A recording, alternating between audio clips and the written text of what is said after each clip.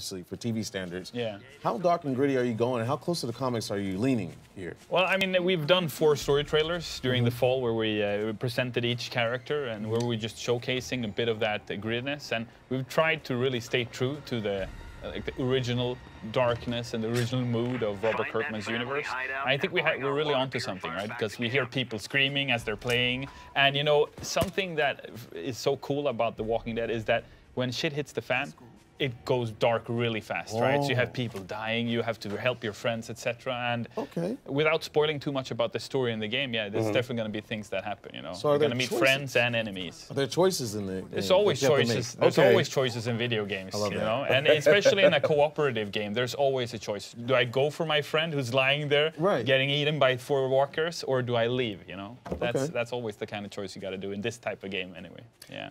Now, when you say co-op, is it local, online? Online, yeah. Okay. It's fully online, yeah. So the game is a 4-player co-op game, but of course you can play by yourself if you want to. You can play 2 people if you want to be like a ragtag, you know, duo, taking on the walkers yourselves. And that we're probably going to have people do that, you know, because in a post-apocalyptic setting, everyone has their own idea how to best survive.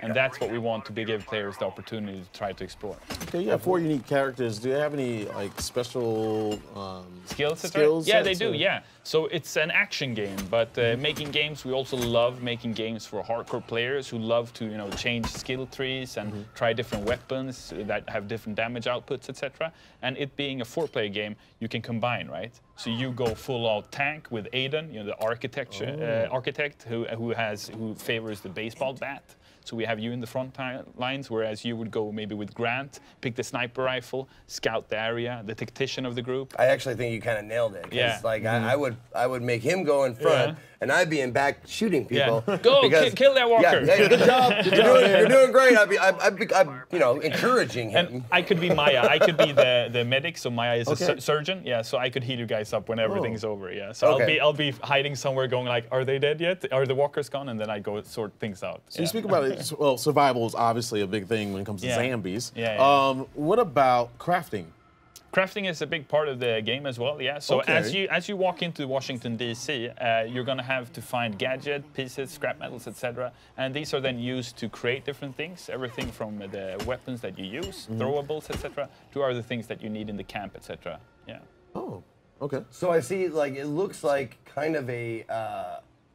the melee weapon that you have out, or that they had out, was like a cobbled together, something like that, so you can like make weird combinations of stuff. Yeah, well, I mean, the game is set in a post-apocalyptic setting, so nothing's working as it should, right? Cars, you know, they just stand still. Nobody's driving them, and by the way, you have to stay away from car alarms in the cars, you know, because if you beat a walker and they touch a car, it might start making noises, and you don't want to make noises in Washington, D.C. with a ton of walkers around you, right? Because any noise you make, the walkers will hear, so they will try to get closer to you, right? And if you start firing weapons, like a shotgun, like a sniper rifle, the walkers will be attracted to that area. Absolutely. Yeah. So, and because it's humans you're fighting again as well, it becomes this three-way thing where you and the bandits are fighting, but suddenly the walkers just arrive from nowhere, and there's a horde of them, you know. So the bandits have to take care of them, but you have to also, right? So there's a really cool gameplay mechanic there going on. Well, and that's been one of the themes of The Walking Dead since the very beginning. It's fear the dead, you know, kill the humans. You know, it's like the humans are the real threat. The other people you meet. Exactly. And if you're a big comic book fan, you know, as a comic book reader, that the humans at the end of the day they're monsters. Yeah. And the family stealing your only opportunity to get clean water, it's not that nice of a thing to do, right? So.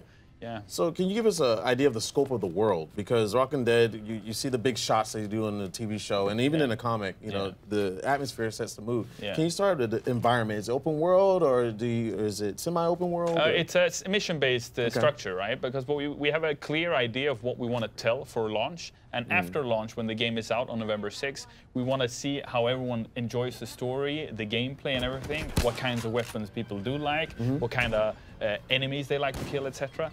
And based on that, we're going to do something we call like a lifeline for the game. So with Payday, the bank robbery game we made, we still work on it 5 years down the line. And the reason is we care. You know, we built the game, we built a world that we want players to continue experiencing. So it's less of like a movie, if you will, and more of like a TV show approach, where we just continue post-launch and just continue to add stuff. Payday 2 was released 5 years ago. 190 updates later, we still are doing stuff with the game. Yeah. That's our ambition for this game too. Imagine a first-person co-op shooter within the Walking Dead universe, where you can just continue to get new storylines, where you can, as part of the community, be part of the experience and have opinions about groups we meet, playable characters, and be a part of that, and be able to say, I want to play as Negan, or where's Rick, or start petitions online or whatever. Because we're totally into that, and that we've shown that, and we've proven that already with Payday.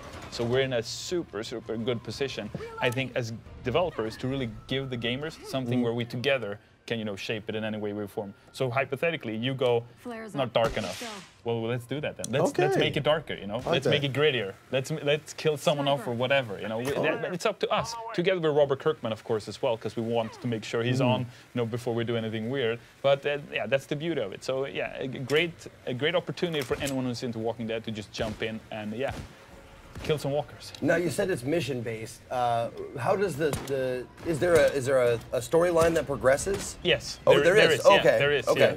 Because one of the things that are so good with the Walking Dead universe is the story and the storyline of the group. Absolutely. The storyline of the group that you're following and what happens with that group. So there is a storyline that we are following, and without spoiling too much, some of it can be experienced here at E3 as you play the mission that is available here. Okay. And obviously the rest will be available as we come closer to launch and when people get to play it themselves.